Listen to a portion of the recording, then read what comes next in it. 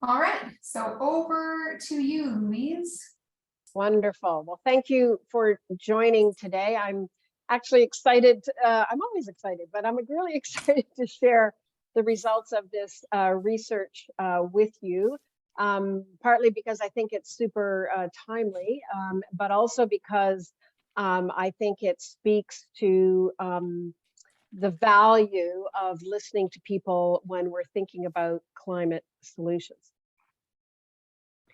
I'll take you through a quick background of how this project started, a bit of literature that has informed our work, talk about the projects that we are referencing in this particular presentation.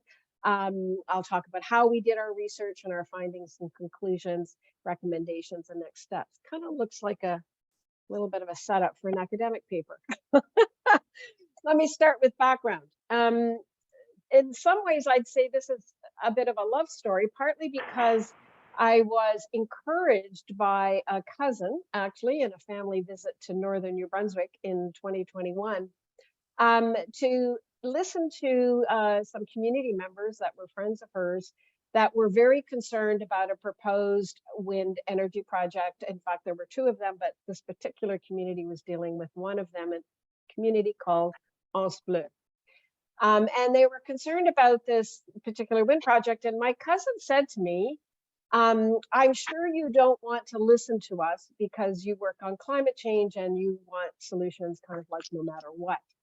And I was kind of taken aback that that would be the perspective, and said, of course, I want to listen to what the community is concerned about and like take me to the site, like what's happening here. And so that kind of just engaged the social scientist side of me.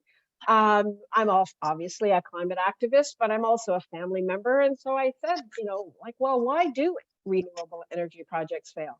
And that led us to a year-long research project that included some national research as well. We issued our first report on social acceptance last year. But this particular report that I'm sharing with you, or presentation I'm sharing with you, covers the New Brunswick angle of it, but it has national relevance. These are the same issues that came up when we did focus groups in a survey, but it's also relevant to stories I'm seeing every single day about projects that are of concern to local communities. In the context of New Brunswick, and again, it may not feel relevant to you, but it's a similar kind of setup that you will see in many, many provinces now. We had a program, it was called, not a great name, locally owned renewable energy projects that are a small scale program. And they issued a request for proposals or expressions of interest for about 480 megawatts of wind power. And they had 40 megawatts set aside for what they called Aboriginal businesses and 40 megawatts set aside for what they called local entities, so more community groups, cooperatives, municipalities, and so on. 4 projects were selected to go forward in 2017 and 18, but only 2 were built. The Indigenous projects were built, and the 2 projects proposed for Northern New Brunswick did not go forward. And so we'll look at the dynamics relating to both of those stories.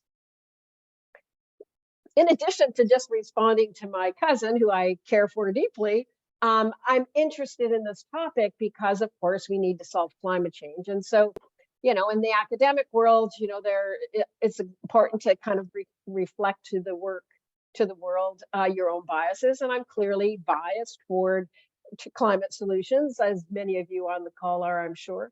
And so it is a normative endeavor in that I'm looking to limit the barriers to renewable energy and transmission projects, because there are 3 dynamics in play here that I think legitimately cause us concern. One is the pace.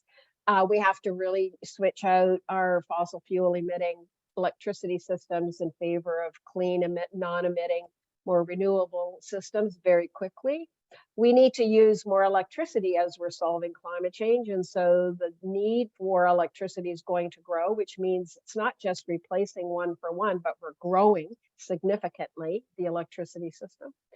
And we know that polling shows that people favor renewable energy from wind, sun, and water in particular, but that they really can oppose projects at a more uh, local level. And so we go from that more, generalized support belief to a specific reaction to information that comes to you. They start to evaluate these things and come to an opinion that can often be in opposition to a project we might be wanting to look at. The first thing I learned when I dug into this research, because we always start with a literature review, was that shockingly, academics have actually been doing research on renewable energy projects and how we engage people. And this is very much a communication story, as well as what you'll hear from me as a justice story. But they've been at it for more than 30 years.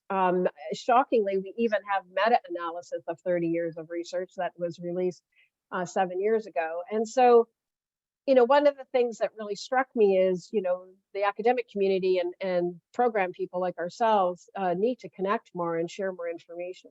So let me give you a little bit of what they've learned over that time frame, because as they say in their own report, this important knowledge is slow to be shared and absorbed by people in the field.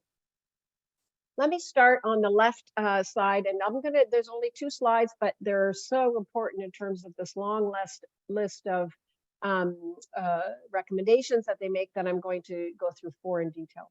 So the first one is that the process matters. Fairness and participation and trust that comes out of good or bad process influences acceptance. And so that planning processes around renewable energy that are perceived as fair can lead to greater tolerance of the outcome, even if everyone's not fully satisfied. And that's critically important. More participatory processes increase trust and support. Ongoing post-construction community stewardship is also critical. Now, this is basic from any of us who work on communications, but critical, I think, as we lead into a rapid transition of systems, that we need to remind ourselves that we're on the right track and we should fight for this good process. Shocking also for me was the fact that social scientists challenge us, and we've all said it, we've all thought it, on the concept of NIMBY and NIMBYism, not in my backyard. And they argue that NIMBY is invalid, that the NIMBYan explanation has been widely discredited as simplistic, pejorative, politically inappropriate, and unhelpful as a framework to explain public attitudes toward wind facilities, both before and after they are built. Nonetheless, the term persists among the wind energy industry, policymakers, researchers, and I would add, environmental groups. They also show that socioeconomic impacts matter. Now, what that means is, we'll get into this in a little bit of detail, community benefit agreements. But the key thing here is that local stakeholders are concerned not just with themselves, and this is the concept behind NIMBY, in fact, that it's about a selfish interest. And in fact, no, that stakeholders are concerned about various socioeconomic impacts. Could somebody put themselves on mute? Thank you. And those living near wind facilities have different concerns than those further away. That's not going to surprise you. But the key thing is they want benefits to stay in the local community. And this is not easy to do. They feel a sense of injustice if they bear the burden of the costs when consumption of and profits related to the power are enjoyed elsewhere. And this really matters because a lot of projects are being proposed today for export, and that is a recipe for resistance. The other thing that they encourage us is, we've been, I think, quite dismissive of community concerns about sound and visual impacts. And the social science shows that these impacts are strongly tied to annoyance and opposition. In terms of, and I like this term, annoyance, it's a constant kind of drip, drip. One of the communities that I visited and looked at their wind farm at night, there's large red lights in terms of plane issues that are annoying to communities. People always raise sound, noise issues when we were in focus groups. And so we need to account for this, and we need to not ignore or downplay these particular concerns. Of course, if you're dealing with academics, you're going to get a framework, and I like this framework because it helps us all be more precise in our language as communicators, but also in the processes that we are pursuing. And the idea of social acceptance is often used as a euphemism for social license. Well, social license takes work, and we need to be specific about what we're dealing with, what we're thinking about when we talk about social acceptance. And so these academics that we're citing here in terms of the longstanding literature talk about three components. The socio-political part of acceptance, and that is at the level of technologies. Do we generally accept the idea of technologies? And you see that in the polls. People like renewables, for example. Do we support the policies? And are those policies and technologies supported by the public, but also key stakeholders and policymakers? You could see in New Brunswick that the program they launched around the wind energy procurement was in that realm of social acceptance. There's also market acceptance, and that relates to whether consumers and investors and markets themselves are willing to accept and invest in those renewable energy technologies. And the topic that we are focused on is community acceptance. And we're looking here at questions of citizen perceptions of process fairness, so procedural justice, community benefits, which is characterized as distributional justice, and trust. And so not that those other two elements aren't important, it's just that in this case, we're looking at community acceptance. Our first study kind of looked a little bit more at the first and the third. There's also more detail or more nuance in the concepts of fairness. In the same way that we talk about justice having these dimensions of recognition justice, procedural justice, distributive justice, meaning can a person get into the meeting at all? And when they're in there, is it a good process for the meeting? And is there good outcomes from the process itself? And in focus groups and in research, we see that when people are thinking about fairness, it too is very complex. They can be thinking about it as it relates to themselves. For example, will I be worse off financially? You see that in the outcomes column on the right side. But there's also interpersonal comparisons. And I see this a lot in the research that we've been doing, is that people are not comparing it to themselves. They're comparing it, am I better or worse off than my neighbor? Am I better or worse off than relative to what industry should be doing, that kind of thing. We also see intergenerational comparisons. And in this case, people are looking at whether or not nature will be protected in the environment, whether future generations will benefit, and so on. So there's a lot of detail and complexity here. And I think this is why the social scientists say NIMBY is not the thing. These are the things that are actually going on. Obviously, there's a couple of tables here that are not very readable for you. I want to have them here as resources later, but I just want to highlight what these projects were like, because there's a difference, I think, here that one would have thought made it an easier win, and that is that they're small projects. If you look at the bottom of the table, the project size row, these are just 20 megawatt systems. The two on the left relate to the two communities where the projects failed. So very similar projects, and the project in the first column was in Pokshaw and the second one in Anse Bleu. So very similar projects, both on private land, and were initially at least supported by a proponent, a project proponent, and the community. The two right-hand columns, again, similar size, 20 megawatts and 18 megawatts. But the difference between the two right-hand columns are these are the Indigenous projects. They were owned and operated in partnership with a company called Natural Forces in one case and SWEB Development in the other. And they involve different kinds of relationships. Both of these were on Crown land, but they have different community benefits agreements. Let's talk about it that way, and we'll get to that shortly. They also were in interesting locations. The two projects that failed were side by each in northern New Brunswick. You can see them at the top there. This is a wind map. There's lots of wind, lots of good potential. But the Indigenous projects were actually further away. The two Indigenous communities were on the main New Brunswick border, and their projects were on Crown land in an area that has been allocated or has been already has wind energy installed and is known to be a good location. So what did we do? We talked to people in addition to this literature review and doing the first focus groups and survey work. And we talked to 19 people that were citizens who lived in the communities, people that were involved. We talked to developers, community leaders, and so on.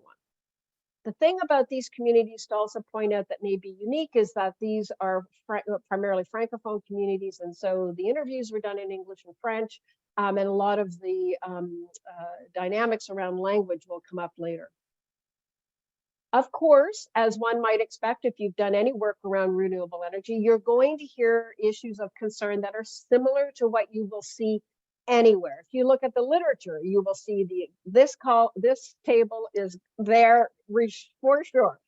Birds being killed, noise issues on the health side, contamination of groundwater on the environment side, concerns about shadow flicker, issues of light impacting other wildlife. Lynx population was a concern in northern New Brunswick, marine fauna, right down to some of the economic concerns. So this is a kind of a standard set of concerns that you tend to see.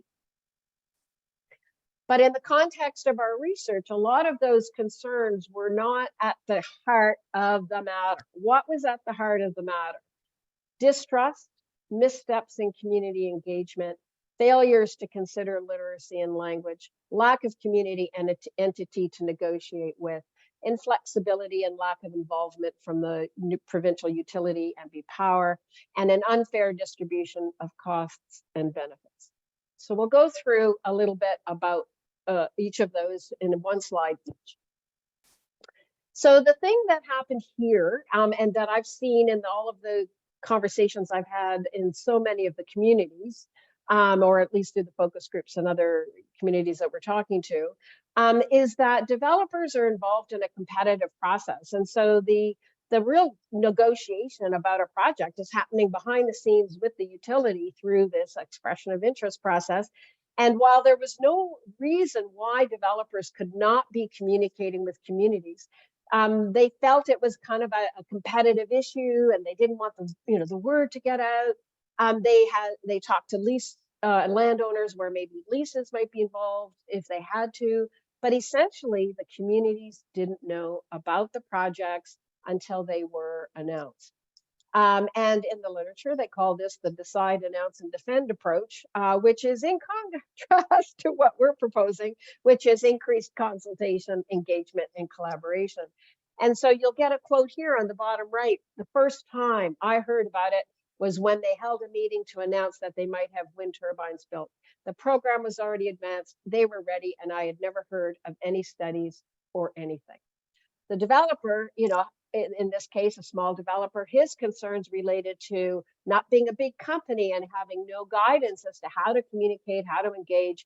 And so in their view, they felt they were, engaged where they needed to be, but there were no guidelines to help them. On distrust, I would say if I took away anything from this work, that if you don't get the communities involved, we're at the level of siting.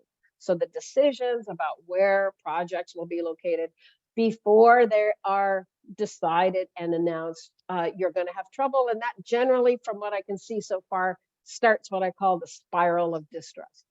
And in the context of the two communities we talked to in northern New Brunswick, the combination of feeling betrayed because they didn't hear about the project until it was a done deal, and feeling uninformed about what the implications were, precipitated a steady decline of resident trust. This is a typical quote we see it a lot in the literature. I am personally not against wind turbines and all that. We're there today, that this is the technology of our times. But we really were in shock. We returned from the first meeting in Bathurst. Then we were like enraged. We were like 30 there. It's kind of made sense for a business. It didn't make sense in Osplin near houses. And so right away, they've got concerns. And this starts the process of digging into information that can help counter the project. There was also, as I started to allude to in that previous slide, missteps in the community engagement process, like not just at the beginning, it just went on and on. Informant reports, that's our interview process.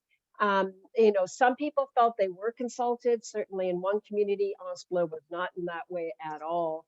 Some residents felt that they did get the information that they needed. This was an English community, more English anyway than Alice Bleu, and you'll see in a moment why that mattered.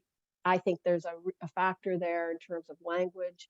But information alone, one would say, oh, well, you just have to solve this by giving them more information.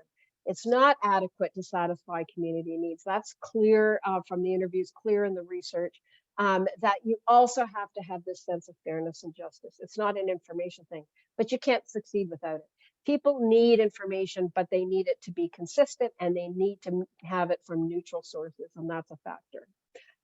Many didn't trust the information provided. It changed constantly, and this was a factor in the projects. We saw that for sure.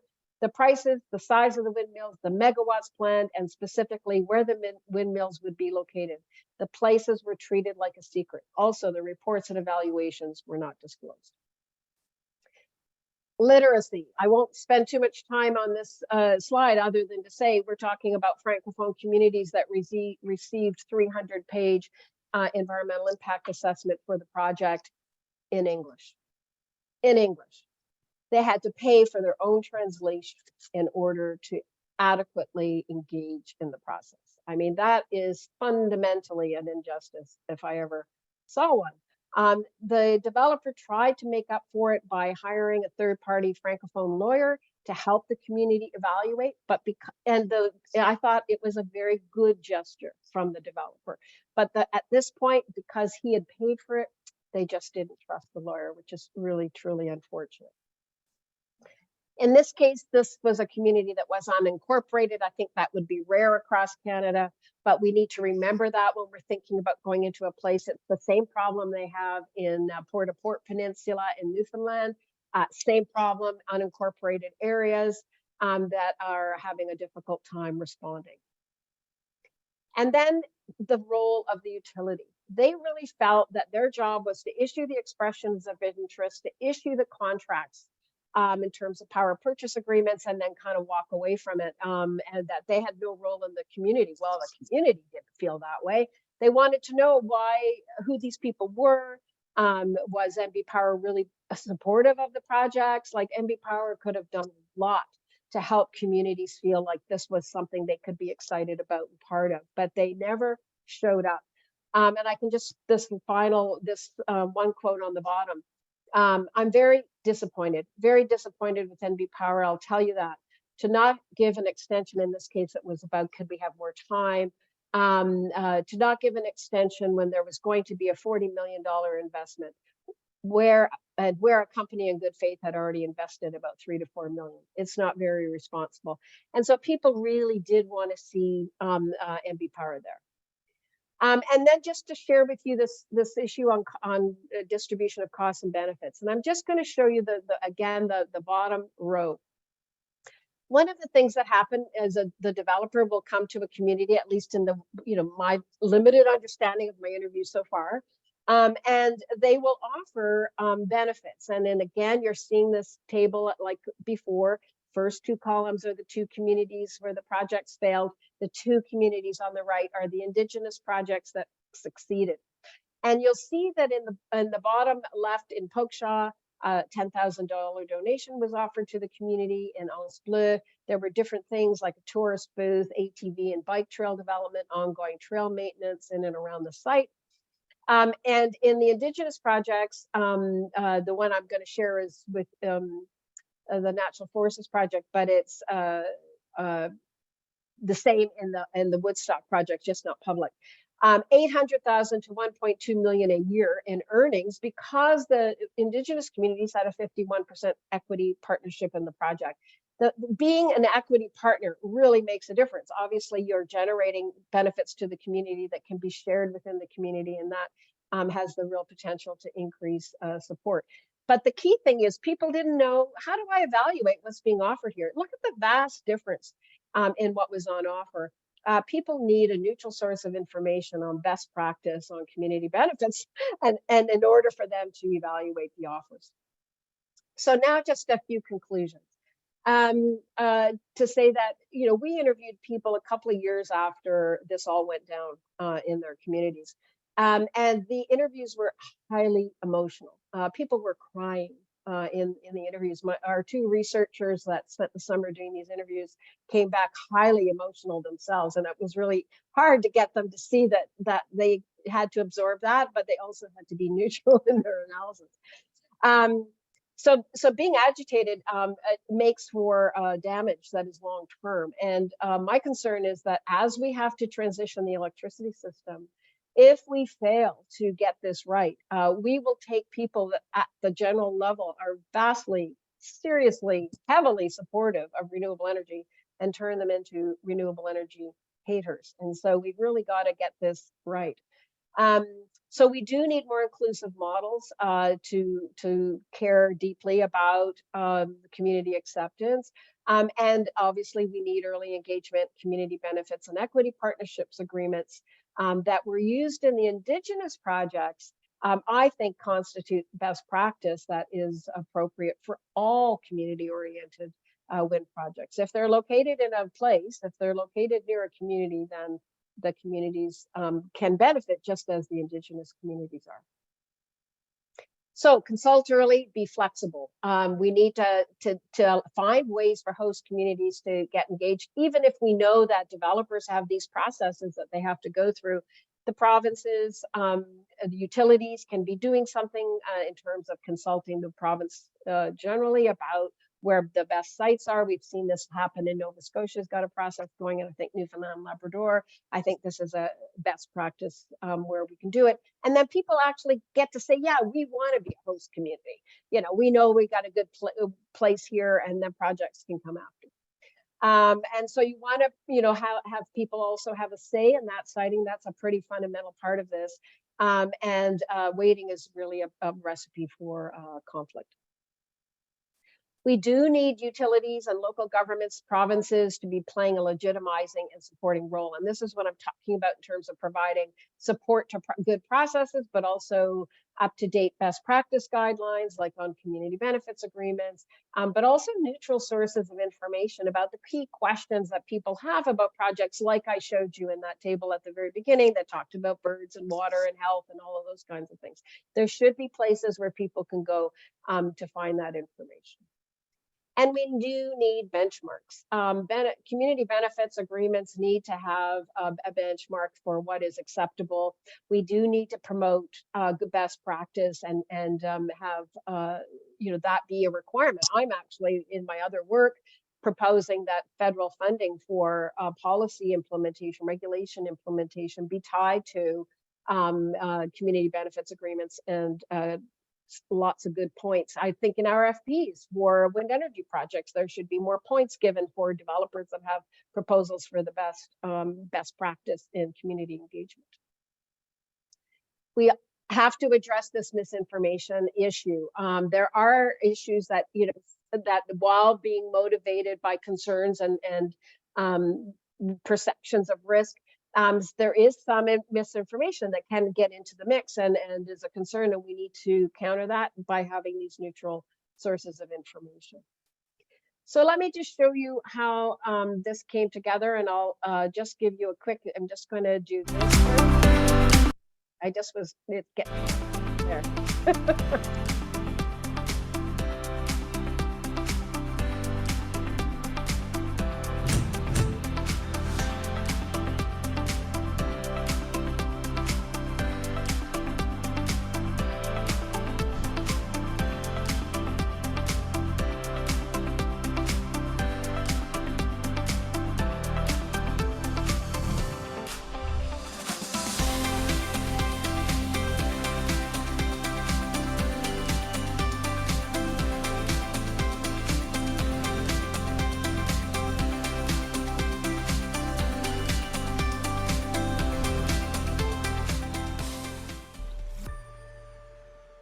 So what you see there is obviously how we take our research and try to convert it into our communication products. So let me stop sharing screen and let's get into conversation. Oh, look at all you lovely people. Thank you so much, Louise.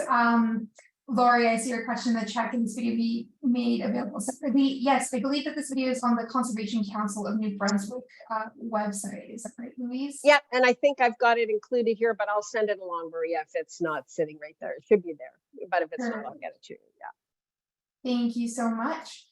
All right, so I want to, yes, just a reminder that we'll share the recording slides and the report after this call. And now we have some time for Q&A. So I'm going to invite everybody, if you'd like to turn on your camera, and if you have any questions, you have a couple of options. You can put your question in the chat and I can monitor it and we can have a discussion there.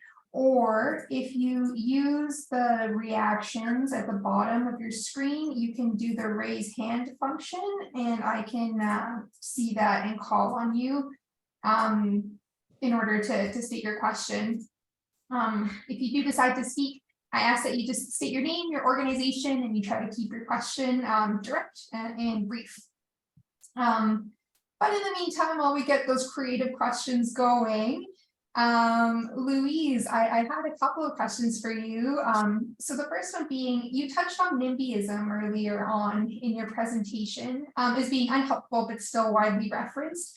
Can you share a little bit more about why this is and to what effect NIMBYism impacts the success or failures of wind energy projects in Canada? Thanks for that. That's a good question.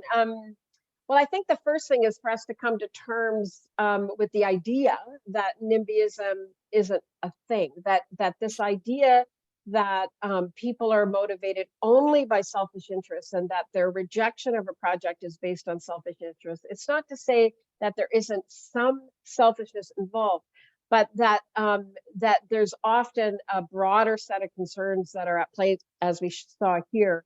And so if we can challenge ourselves on our own biases, we all are human, we're subject to confirmation bias and motivated reasoning. And so if we're trying to get somewhere and we're concerned about climate change, or if you're a developer and you want to make money, whatever your process is, you know, we are going to want to dismiss things that don't come across to us as, you know, legitimate and accept the information or the support where it is. And the challenge to us is not to do that, to actually listen deeply to concerns. And I think that's not to say that doing the things I say here will solve all problems and that every project will succeed. No, that's some projects should not succeed. And that's just a fact. No matter what you do, it's either, you know, there's something important that's serious there. So, you know, can't solve everything, but we can do better in terms of not undermining our potential. All right, thanks, Louise. I see that we have a question here from Alan. Alan, I'm going to invite you to turn your video on and state your question. Thanks. Thanks for this excellent presentation. I'm wondering what value there is in collecting stories of successes to share with communities that are going through this. And then my other quick thought is also, because it's a related question, just still wind turbines are fairly new. And if you think of like energy transmission lines, which are big in the environment and they cause noise and, you know, there's concerns, but most people kind of accept them, how we normalize wind projects. Thanks for letting me ask a double question. Yeah. So on the success stories, I totally agree. That we do want to share more success and to actually understand, you know, why they do succeed. I mean, I feel we've just literally touched the surface. Our results are so consistent, though, with that long-standing body of research that I feel pretty confident that we're on the right track. So yes, I think we should publish success stories and we should identify the factors behind those successes. In terms of normalizing wind, yeah. Let me raise a concern I have, and I have been sharing this with folks. These are large industrial projects that are being proposed. The rapid transition of the electricity system and expanding of the electricity system is going to be a big industrial project. And so we need to be honest and clear about that industrial projects all have implications and risks and need to be managed and regulated. And so I guess my question back to you, Alan, is, what are we normalizing? If we're normalizing, running through the landscape and imposing projects on people because we've got to have it, and we're going to export and all those things, I'm not sure that's the best outcome for us. I think we do want to normalize choice and energy democracy and people's right to participate in these processes and to make choices about what they want. And if we're going to renew our electricity system, which I think we have to, it should be a system that's a democratic system in the sense of choice, but also participation, not just in the decisions, but in the energy itself. We're going to have more energy on our homes and our communities if we choose to fight for a system that has smaller scale, more distributed power, that is more democratic. It doesn't have to only be a replication of the current industrial system, although there will be some of that. And so I guess the question for us to ask is, what are we normalizing? And to be reflective of what we're normalizing often without knowing about it or seeing it in ourselves, because I see too many of us repeating, oh, well, the system is going to double or triple, and nobody questions that. Nobody stands back and says, what does that mean? And so, yeah, I think there's a lot of conversation to happen here, socially, collectively, not just about specific projects, but about the kind of energy system we want and what values we want it to deliver in our lives. Thank you so much, Louise. And I think on the question of those success stories, do you have any examples of times that people have gotten it right? Yeah, I mean, and again, I'm going to give you the local ones that I know best. You may know of others in your province, but the first successful one in New Brunswick is I would say a test or a beautiful textbook case of how to get it right. And it's in Lamec, New Brunswick, and it's a wind energy cooperative. And it came from years of conversation in the community where, as I understand it from the case study and the way that it's used as a best practice example, at least for the people who lived in Osploo, it was a model they wished they could have had. And so Lamec is a nice example of a community that chose the project, designed the project, and benefits from the project. The two Indigenous projects are also examples of success. And I see the question here of, are they consulted? Not only are they consulted, these are their projects. And so what's happening with in fact, NB Power has put out another expression of interest for 220 megawatts of renewables and 50 megawatts of storage. And the projects, basically the points are awarded for projects that have Indigenous equity partnerships. And so in these cases, Natural Forces is the firm that I know best in terms of the one project. They began consultations with the Indigenous communities years in advance of the projects happening. And these communities are forming corporations and are investing. The one community that succeeded here also succeeded in launching another project in St. John's, outside of St. John, New Brunswick, the Birch Hill Wind Energy Project. And so not only are they they're not consulted, they run in the show, and they are deciding how those community benefits are being redistributed back into their communities. It's quite exciting stories, and I would love to see that model in every community that wants it. Thank you so much, Louise. We don't have any questions coming into the chat, so I want to again invite, if anybody has anything you want to say. Carrie Rutherford, I believe, do you have a question here? You're just muted, Carrie. 1 second.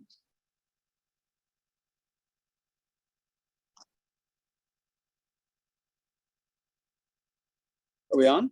You're on. You're on. I just have to turn this thing off here so it doesn't talk to me. There you go. Connecting to that normalizing topic the other gentleman brought up. So I'm in Alberta, and I know this was focused on the East Coast stuff that was happening recently. I was surprised to learn in the last few years that there's actually 5 or 6 relatively large scale, both wind and solar projects in this province, which I can assure you nobody knows about. I only know about because I literally met the people working on the projects physically. But I wonder, given what you were talking about and with your research about awareness, is there any sense from those things you researched that the people they were talking to were like us, you know, a bit of an echo chamber, people who are invested and interested? I'm referring to the people that attended these community events, or were they general public people? And so that's part of their surprise. And then part two of that is, do you think from the research in previous, the research that you did, do you think this is a change that it's no longer acceptable just for large corporations just to go ahead and do these things, but now because of the dramatic nature of what we're dealing with, that people are demanding to be involved? Is that a change, do you think? So there's a local and then there's a larger issue there, I think. Yeah. Great questions. Let me just start with your comment on Alberta. You know, Alberta is the fastest growing source of renewable energy investment in the country. Oh. It's huge amount of wind and solar going up.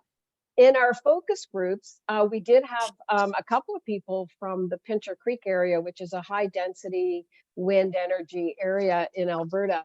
And, you know, they did talk about, you know, the value of being able to have a say on siting. And they said that at least there, you know, the developer will say, you know, these are 2 or 3 sites we're looking at, and let the community have some influence on it. But they also talked about the reality of living with lots of wind power near you. The lights are a major issue that came up everywhere. They can be heard. There is, you know, some change in terms of wind flows and things like that, in terms of the way snow moves and access to land for farmers. It was very interesting to hear real experience. But these were people both in the focus groups and who we interviewed and who were concerned in the communities in New Brunswick were from the general population. Because what happened is once and this is really interesting. So just kind of, if we can think psychologically for a minute, we have a high level of support for renewables, right? Like a general belief or opinion, like just this kind of thing, right? And then a specific project starts to come in view and holy crap, it's in my community. And you start paying attention, right? You start paying attention. So the psychologists talk about this transition from this general feeling to what they call attitude development, because attitude development is evaluation. All of a sudden you are taking in new information and you're absorbing it. So these communities, even though they had heard about the idea of wind project, like as an idea in a general kind of way, had never heard about it in their community. And this was them showing up for the first time at a meeting and shocked and dismayed that they didn't know about it. I don't know if there's a change in acceptability. I think that in cases where these same maladaptations, if you will, are happening, that you're going to get opposition, right? It doesn't have to be renewables. People are concerned when things happen in their communities and they don't know what it means. But we do know that acceptance can also change, and the assumption over time. And one of the comments I've heard that concerns me is that, oh, well, people just will accept it when they get used to it. And so the researchers used to call that the U curve. So you'd start with a high level of support, and then once you start evaluating and you realize there's some things about this project you're not sure about, you'll come down into a trough. And then once you get used to the project, support will go up. It might not be as high as it was before when you didn't have a specific project in mind, but it'll go back up. The latest research shows that's not true. If you start out as a person that feels a project was unfair and that the outcome wasn't acceptable to you, you tend to not move your position. You live with it, but you resist. The people who like the project to begin with continue to like the project generally afterwards. And so that's my concern, is that if we really get this wrong and we exclude people in this process, that we will generate ill feelings or ill will over the long term, that I don't think is really great for us. Thanks. Thank you so much, Louise. I wanted to just kind of jump on and add, Carrie, I'm also in Alberta here, and we've had a lot of pushback around the conversation about just transition and often in that kind of messaging. So how does that play into talking about renewable energy, Louise, especially here in Alberta, and gaining support for renewable energy projects? Or what recommendations would you have for communicators? So there really is transferability in skills, right? There are jobs for sure, as if you're in the fossil fuel sector now and you have opportunities to transition.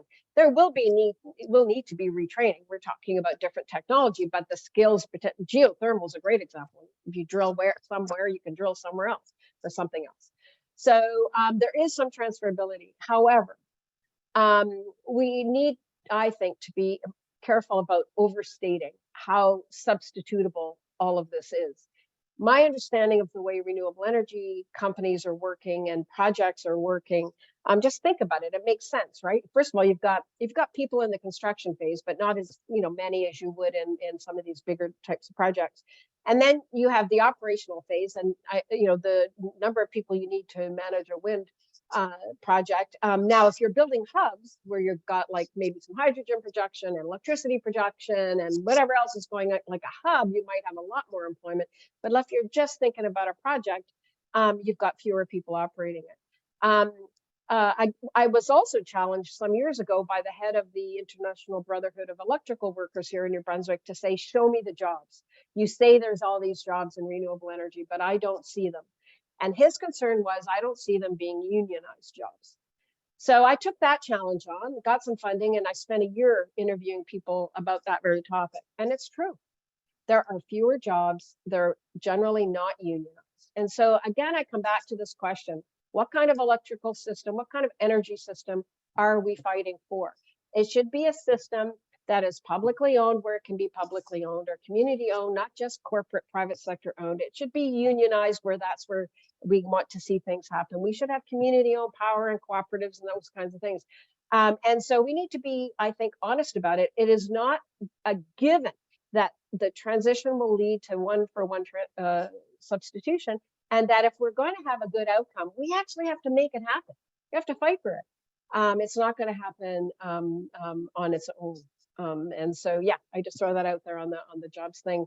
I think the just transition debate is interesting because it's real, and we can't be flippant about the implications of it. But at the same time, I think there's always transition in the economy. There's always transition in technologies and approaches, and we need a solid system for any worker to be transitioning, to be upgrading skills, to be able to move in their careers to do things that we need as we solve this problem. That I think we need for everybody. And I'm not sure it's helping us by just targeting the oil and gas sector, to be honest with you. Yeah. All right, thanks, Louise. Any other questions from participants? Questions for Louise, or I'd also like to ask, or I'm curious to hear, I guess, is many of you are working on communicating on renewable energy projects yourselves. I'm curious, like, what have you learned from communicating or from your practice? And if you have any tips for success or any success stories that you could share, I'm sure everybody would appreciate a learning moment from each other. So I'll put that one out there. And I see two questions. I can try to grab them quickly. One is for expenses, would government subsidies be a factor in accelerating these projects, just like the subsidies for fossil fuels? Well, there are tax breaks for renewable energy. There are some advantages, I would say, pittance compared to fossil fuels. So that would be important. But just as important as that is doing the social part of it as well. And so, yes, I do think we need more supports. But the cost of renewable energy is falling very rapidly. I think the big investment for me for government money right now would be to advance innovation in battery storage. which gives us the reliability support for renewables. So, you know, it's a system, right? It's not just you got to throw a wind turbine in. It's wind, solar, storage, and interties all connecting, you know, hydro to give us that reliability and supply that we need. So it's a very different electricity system to some degree, not totally, because we do have some of that dynamic now. But I'd put all sorts of subsidies into getting battery technology really down. How well do hydro companies allow community hydro? That's really interesting. I don't know anything about that topic. Oh, community wind. Okay. So I don't know what the national scene in terms of having done my own analysis where I've got my table and I can look at every province. I can tell you that, you know, the New Brunswick program was supposed to be a community wind program. It didn't turn out that way. And I do think other provinces, I think you see that option, I think in Nova Scotia, and there are other provinces as well. I don't think it's as big and as supported as it should be, but you know, I think that's a worthy paper to be done, to look at where those supports are, what kind of projects actually succeed, and what are the policy implications of that. Tony Steba's work in YouTube videos. No, Lori, I do not know. By all means, send the link. I'd like to learn more. If you want to say something about who it is before we wrap up, that would be great. Louise, I guess I have one last question for you. So these findings about building trust and public consultations and all of these recommendations that you've given out seem like they're applicable not just to renewable energy projects, but also to climate policy more generally. Would you say that Absolutely. it could be tried in this context? Absolutely. This is basic stuff. You'd think we'd get it by now. It works for everything. Not in the sense of every project's going to be easy, but I'm saying it's the same concepts that come out over and over again as being essential to any process of for decision making purposes. And I think, you know, that's kind of what's shocking to me is, you know, we don't learn the lesson, and then worst of all, that the academics have been talking about it for more than 30 years. So yeah, I mean, I think it is time to take on the message and to work for those processes. And for example, there's policy work to be done on requests for procurement policies. You know, changing procurement policies to give more points in the scoring matrix that's used to select projects that are based on community engagement and community benefit agreements. I mean, basic. All right, perfect. Well, thank you so much to everybody for making the time to be here today, and a big thank you to you, Louise, for this wonderful presentation. I'd love to hear your thoughts and know it and get your feedback. So we have a brief survey that I just popped into the chat here. Really appreciate it if you could just take a minute or two to let us know what you thought. Louise will be sharing the slides and some of the resources. And again, please make sure you're registered for the Re.Climate newsletter to get all of our updates. So you can find that on reclimate.ca. With that, I think we're gonna call it for today. We'll end a couple of minutes early. Go enjoy your coffee, go enjoy the rest of your days, and we will see you again soon. Thank you. Thanks for coming. Bye.